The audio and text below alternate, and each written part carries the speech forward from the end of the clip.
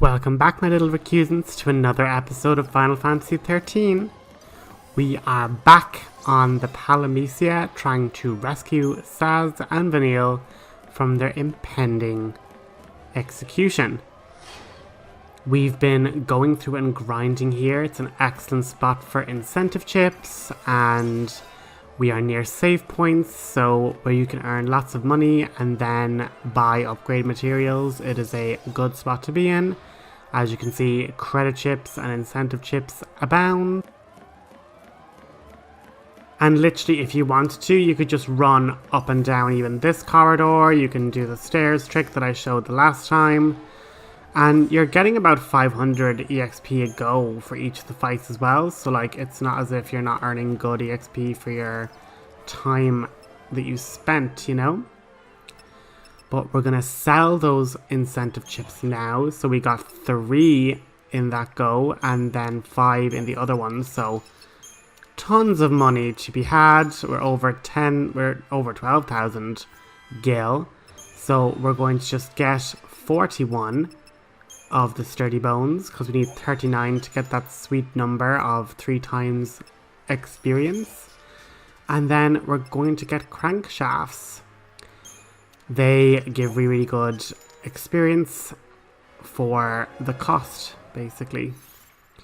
And then obviously we're going to skedaddle through our crystarium and just get everybody as leveled up as we can. But this really is kind of the end of the tutorial, if we can like even call it that, because we are literally about to get Vanille and Sazh back in the party, and we're finally going to have a party of 6. We're going to have everybody. We can be using all the different accessories, and the gameplay is going to change dramatically once we get through this. And the next chapter, the game completely opens up in an unbelievable way. We get to basically have a complete open world. We've tons of side quests and missions. Now the side quests are taking part in combat challenges, but even still, it's like by no means a bad distraction to have, you know? And we're just throwing a few of our bones there to get the ×3 multiplier, and then just throw all 10 of them, and we now have Lightning's Axis Blade pretty darn high, to be fair. The only issue with this is its stat gains. Its stats are not going to be anywhere near the levels we could get if we actually had like the Blazefire Saber, for example. But the reason for the abilities to be, or the stat boost to be so stunted, is because of it having an ability, which is the ATB attack. Another sword that has an ability is actually just here. So the Life Saber, it basically gives an improved ability to Lightning's medic. So whenever she has to cast Raise, which is basically Phoenix Down or Life for this game, she heals more when she brings someone back with Raise, basically, is the long and the short of that. But Lightning isn't, like, she's a grand medic, but she's not like the best medic, so we're not going to worry too much about that.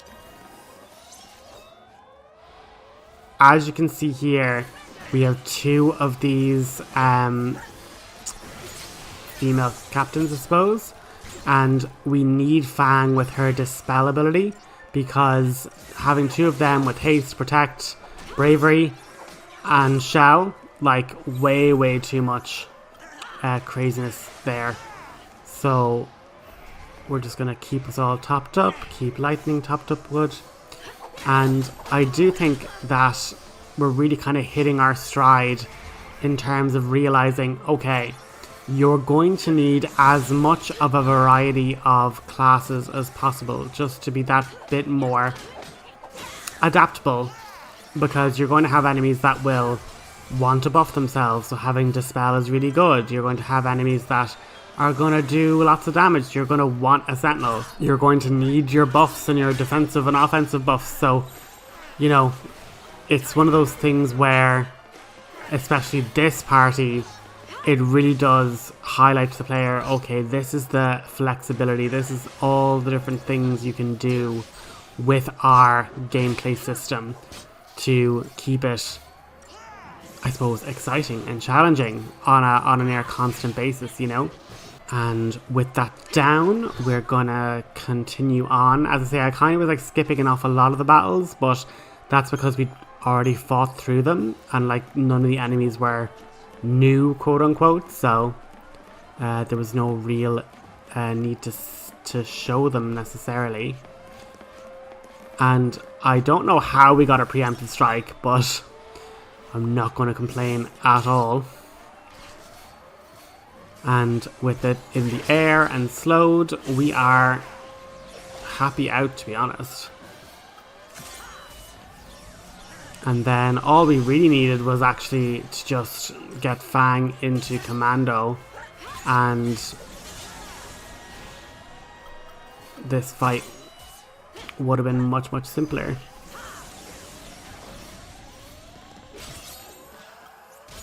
But watch this now. So watch Fang attacking now and doing absolutely tons and tons of damage. And we don't even have her weapon upgraded, you know?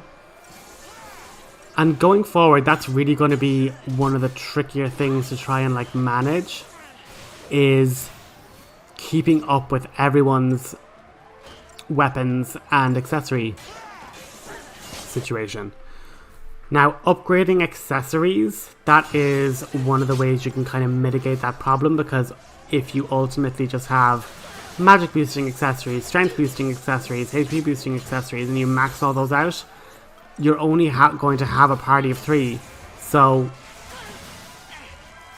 that just means if you're going to be changing around the battle teams, which you will be able to coming up very shortly, which would be nice, but if you're going to be changing up the battle teams, then all you have to say is like, right, we're now using these 3 characters, therefore I'm going to take the accessories off the characters that are moved out of the party and put them on the characters that it will benefit. But unfortunately, and I kind of haven't spoken about a lot of the trophies because so many of them are just end game trophies, really. But the truth of the matter is, with the end game trophies, we need to have every single weapon and accessory in the game. And at the moment, we have gotten everything that's potentially missable.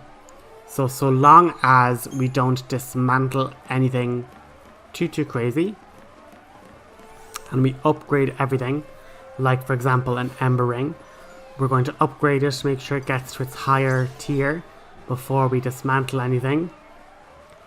But the real goal and the real situation here is to collect every weapon in the game, and that might seem like a really handy, not very difficult thing to do.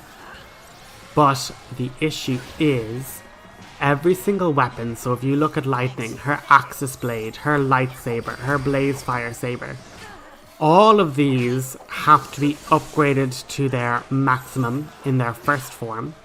They then have to be upgraded to their second tier, so each weapon has a second tier. So it's not just about, oh, I don't use this weapon. It's like, for the sake of the trophy, we are going to have to upgrade every weapon and make it develop into a level 2 at least once. Now, the trick with that is, and I suppose the handier thing, because weapons have up to 3 levels for how they can be upgraded. And the good news is that we don't need to upgrade every weapon to its final form. What happens is that any weapon that reaches level 3 becomes the same ultimate weapon. So I'll give you an example. The Blaze Fire Saber becomes level 2, becomes whatever it's called. And then the Blaze Fire Saber, moving from level 2 to 3, becomes the Omega weapon. If we do that with the Axius Blade will go to level 2, get its new name for the level 2 version, and then become Omega Weapon, or like Ultimate Weapon, whatever the case may be. So each character's ultimate weapon is just the level 3 version of one of their weapons. And no matter what weapon it is, when it's gotten to level 3, it will become the same name as the ultimate weapon for that character. And so then there's no need to worry or fret or try and get them all to level 3. We just need to get them all to level 2. But believe you me, even getting one to level 2 takes a lot of time, at least at this point in the game. And it is one of the failings I would say about this game, is that they don't make the upgrade system, or they don't let you earn money easily enough in the early game, that eventually you literally get to the mid game and you're like, oh, I actually haven't upgraded any items, I've only been using the Crystarium, and the whole upgrade system just peters flat because we've all these amazing accessories and we just don't upgrade them, so therefore they're not really maxing out our character's potential.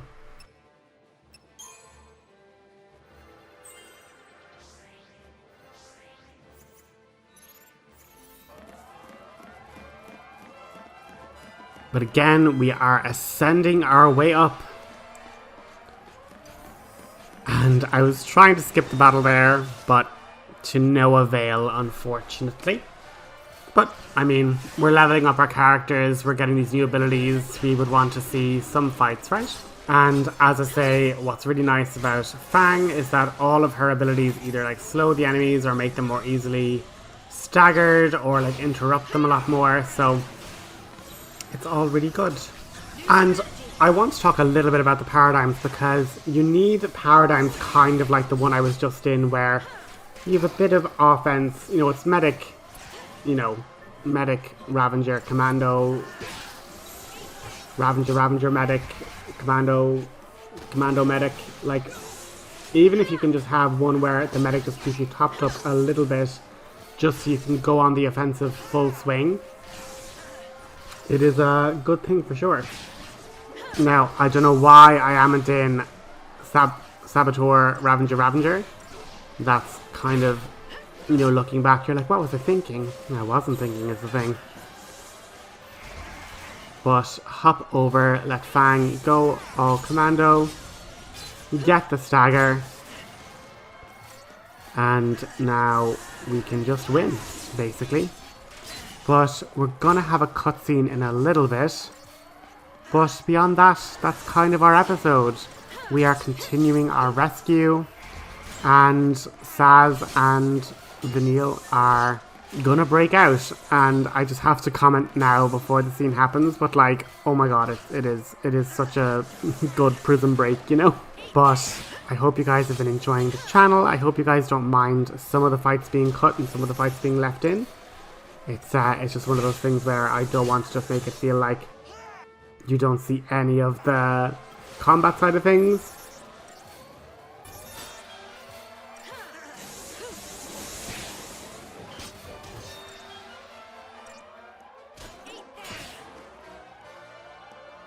And I mean, I get 5 stars in them sometimes, so you know, you're getting really good content, I guess.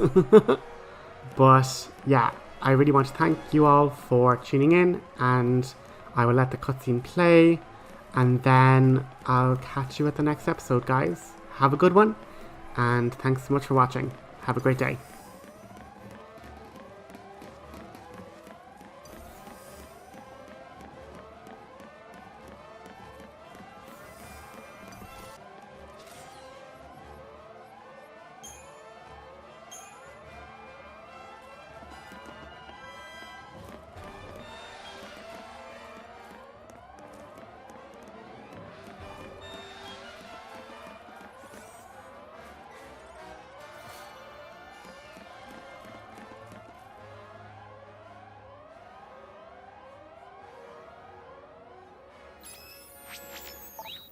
Attention all crew, code green. Repeat, code green. Security forces stand by. Hostile forces on board, code green.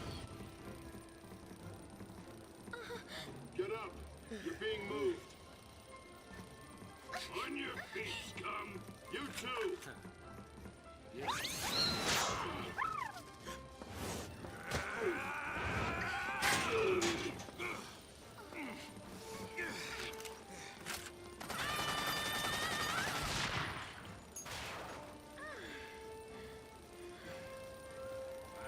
Time to split. Not run. There's a difference. Gotcha. Let's go.